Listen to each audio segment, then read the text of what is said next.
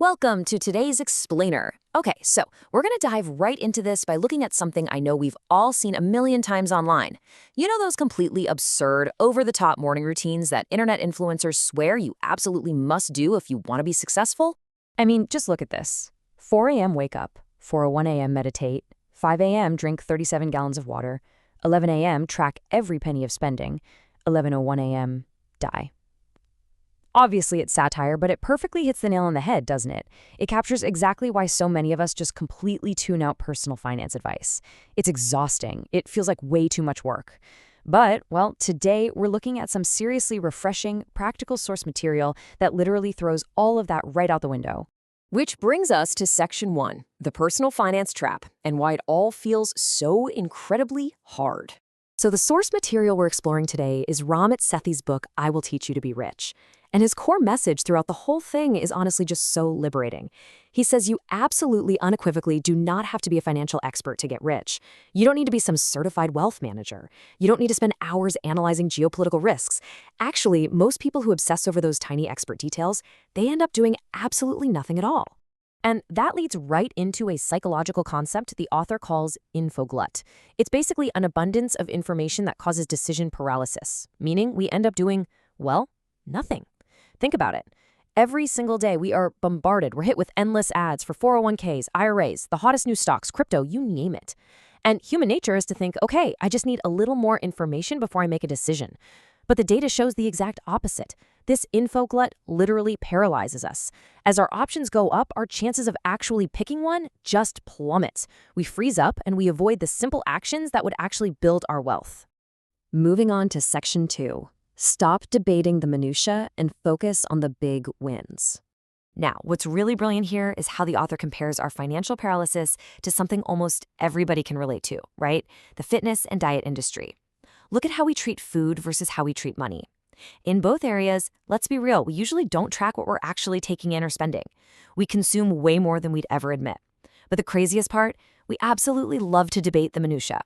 We will argue endlessly about, say, keto versus paleo, or interest rates versus hot stocks. We value anecdotal advice from our friends or talking heads on TV over actual hard research. And we do this because debating those tiny details kind of feels like we're doing something. But actually, scratch that, it just gives us an excuse to avoid doing the real work. Here's the absolute truth, though. 99.99% of us only need to know two incredibly simple things to lose weight: eat less and exercise more. That's it. Unless you're an Olympic athlete, you don't need to overcomplicate it. And the text argues that money is exactly the same game. You don't need a Wall Street expert or some hyper-complex portfolio. What you really need is a simple, automated system, one that just quietly routes your money exactly where it needs to go every single month without you having to overthink it or argue about it. All right, Section 3, invisible money scripts. These are the hidden messages we absorb without even realizing it. I want you to really listen to these pervasive, almost silent little messages we pick up from society or even from our parents growing up. Things like, you're throwing your money away on rent, or we don't talk about money in this house.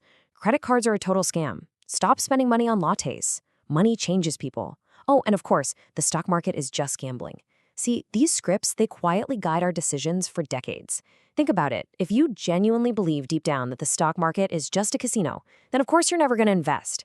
To actually get rich, you have to actively identify and crush these insidious scripts that are holding you back.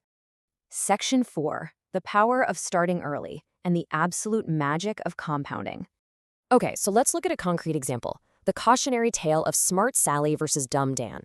So Smart Sally starts investing at age 35. She puts in just $200 a month for 10 years, and then she totally stops, never touches it again. Now, Dumb Dan, he waits until he's 45 to start, and he puts in that same $200 a month for 20 years. That is literally twice as long as Sally. But look at the final value when they both hit age 65. It tells a totally different story. Sally ends up with over $181,000, while Dan has just under $119,000. Sally invested for half the time, but because she started earlier, she gave her money more time to compound, and she ends up significantly ahead. And this chart just brilliantly illustrates that staggering difference. It speaks for itself. That is roughly a $60,000 advantage for doing less actual work. It proves, without a shadow of a doubt, that putting off investing has a massive, tangible cost. The single most important thing you can do to build wealth isn't magically picking the perfect stock. It's simply to start early. Let's pivot to Section 5, defining your rich life and figuring out what you actually want. This is arguably the most empowering part of the whole explainer. What is all this money actually for? The author strongly emphasizes that a rich life is absolutely not about restriction. It's totally customizable. For one person, it might mean living in a tiny, cramped apartment, but being right in the heart of Manhattan. For another, it's hitting the slopes and skiing 40 days a year in Utah. For someone else, it's buying a house with a huge yard for the kids to run around in. Or maybe it's something incredibly generous, like funding an elementary school in Croatia. The whole point is, there is no single right answer here. And I love this fun little illustration from the book. You got a guy just having the absolute time of his life, riding a simple little scooter right alongside a guy puffing a cigar in a massive fancy car. It perfectly captures the essence of this source material. Your route to a rich life and the destination itself is entirely up to you. Frugality isn't about spending $0 and being miserable.